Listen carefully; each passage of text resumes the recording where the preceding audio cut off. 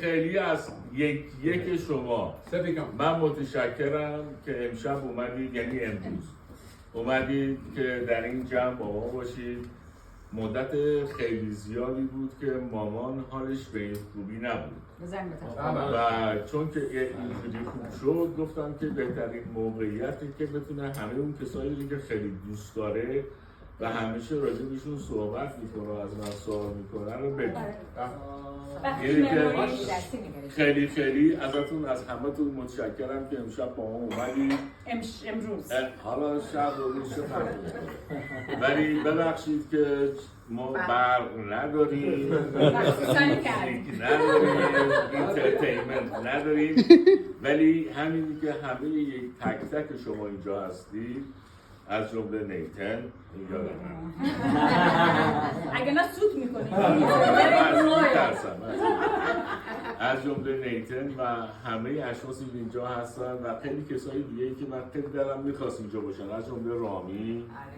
خانومش، راکل، بچه‌هاش، خیلی دلم میخواست اونا میشن امروز اینجا بودن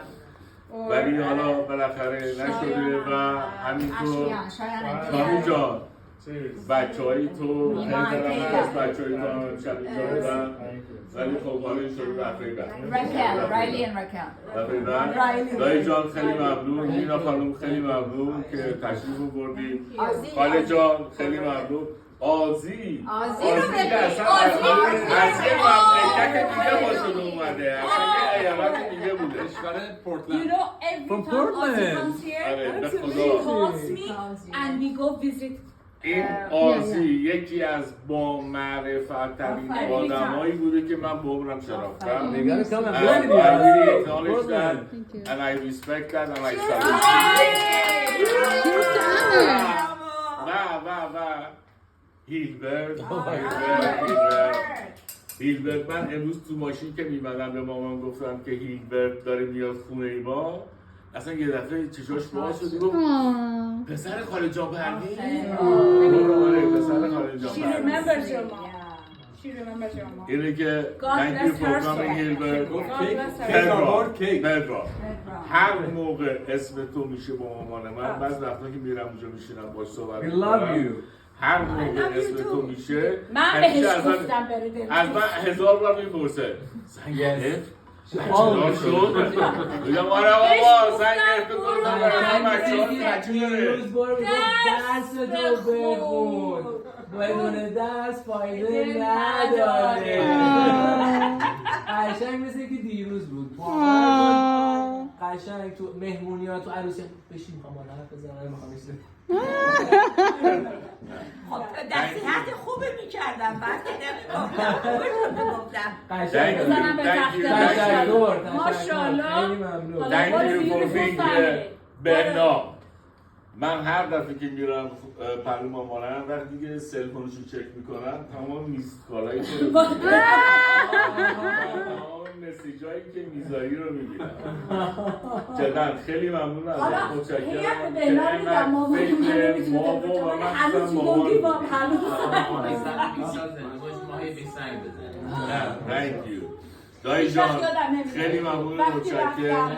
من دفعایی که من اونجا بودم یعنی شما سرزده اومدید که مامان رو باش نگاه بکنید و باش وقت بگذارید خیلی از شما متشکرم خاله جان خیلی ممنون از شما ملیحه خیلی زحمت من به خدا وقتی من خاله جان رو دیدم گفتم چقدر نعمت خوبی که آدم خواهر داشته باشه یعنی واقعا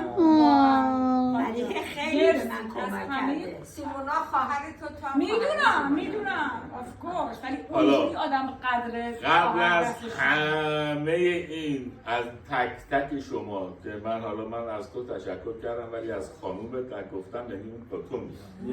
و همینطور که از سیمونا خیلی تشکر میکنم از خاله جان از شادی از کامران